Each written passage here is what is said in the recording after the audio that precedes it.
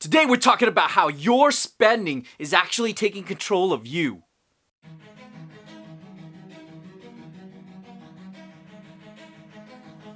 How's it going, guys? drtankpharmd here, board certified practicing pharmacist and personal health coach, helping action takers like you take back control of their lives and emotional health. And although I am a medicine specialist, I'm not your specialist. So if you have any questions regarding your condition, please see your doctor. Let's get into it. So you've had a rough week, and work's been stressing you out. You're glad that it's finally Friday. And it's awesome because you just got your direct deposit. And what better way to reward yourself than to get yourself something? And as luck would have it, your favorite store has got a sale. Once you receive your items or you take them home, you realize that maybe they're not exactly what you want. Maybe some of them weren't as good as they looked online or in the store. So what happened? You were super excited to get it. It looked awesome when you're checking out, and then when you got it home, it's not exactly what you wanted. That happiness that you were expecting wore off. What happened? So with retail therapy, it gave you this rush of happiness. And that rush came from a hormone called dopamine. Dopamine is a hormone that tells you something good is happening. So you would think you would want this hormone all the time. But no, what happens is your body gets adjusted to that rush of hormones if you get exposed to it for a long period of time. So in order to get a happiness rush, if you're exposed to it constantly, is to get more of the hormone. There are certain things that trigger your emotions, where you have to have retail therapy in order to make you feel better. And a lot of them are mostly negative emotions. The first thing you want to watch out for is jealousy. If someone owns something that makes you feel inadequate, it's probably jealousy at work. You would buy something to either fulfill that void that you have or as a substitution for that item. You would probably think that this item would make you feel socially accepted or validated because of having it. Another thing that could trigger your emotional spending is achievement. Now it sounds funny to say, but achievement could trigger this because you feel like you deserve it. Now let's say you finish off a hard week of work, and the pressure from work is off, but you're still stressed. You feel that you could relieve it by purchasing something for yourself. You tell yourself you deserve it because you went through a hard week of work.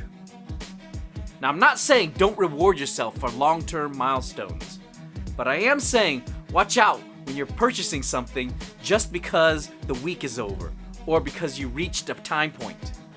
Finishing a week of work is an illusion of achievement. It's not really a milestone, so you need to watch out for that if you have emotional spending. The next thing you want to be aware of is fear of missing out. Now, fear of missing out is when you're afraid something won't be available later.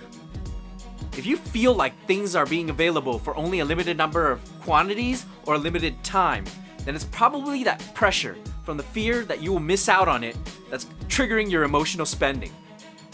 What you don't realize is there's almost always an aftermarket for things.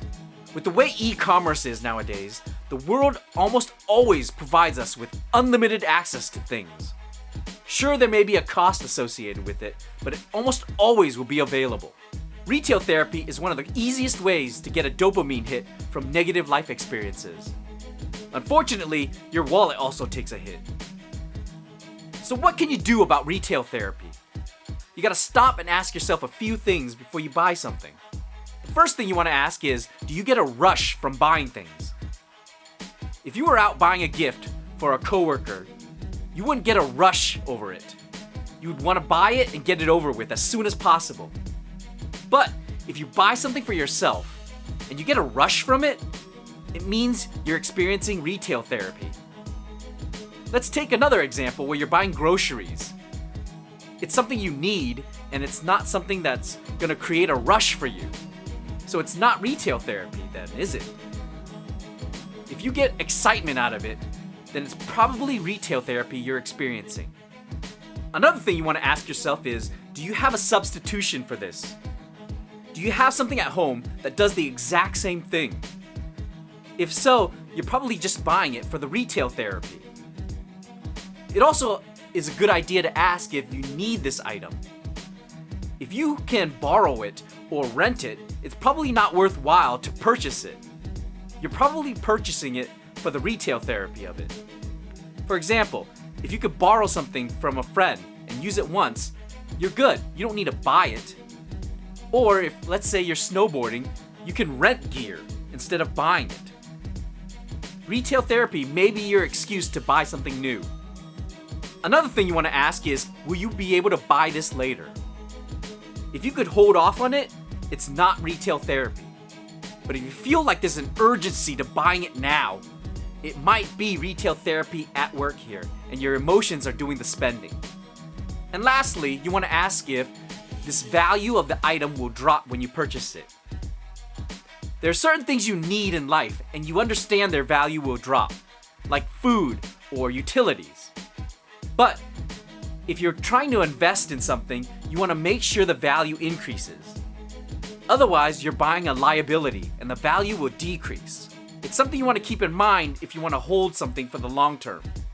But if you're buying it, you want to make sure that the value is increased to you or increased financially. Emotions play a huge role in our actions on a day-to-day basis. We have to be aware if it's us in control or the emotions. Don't let negative life experiences automatically direct you to retail therapy. What do you guys think? Is retail therapy a real struggle? Let me know in the comments below. If you're looking for emotional health and want to know the top 3 mistakes, check out the free ebook on the link below. If you're experiencing anger, sadness, anxiety, or stress, and want the tools to help deal with these emotions, check out the Emotional RX program. Don't forget to click like and subscribe, it helps me a lot. And until next time guys, be healthy.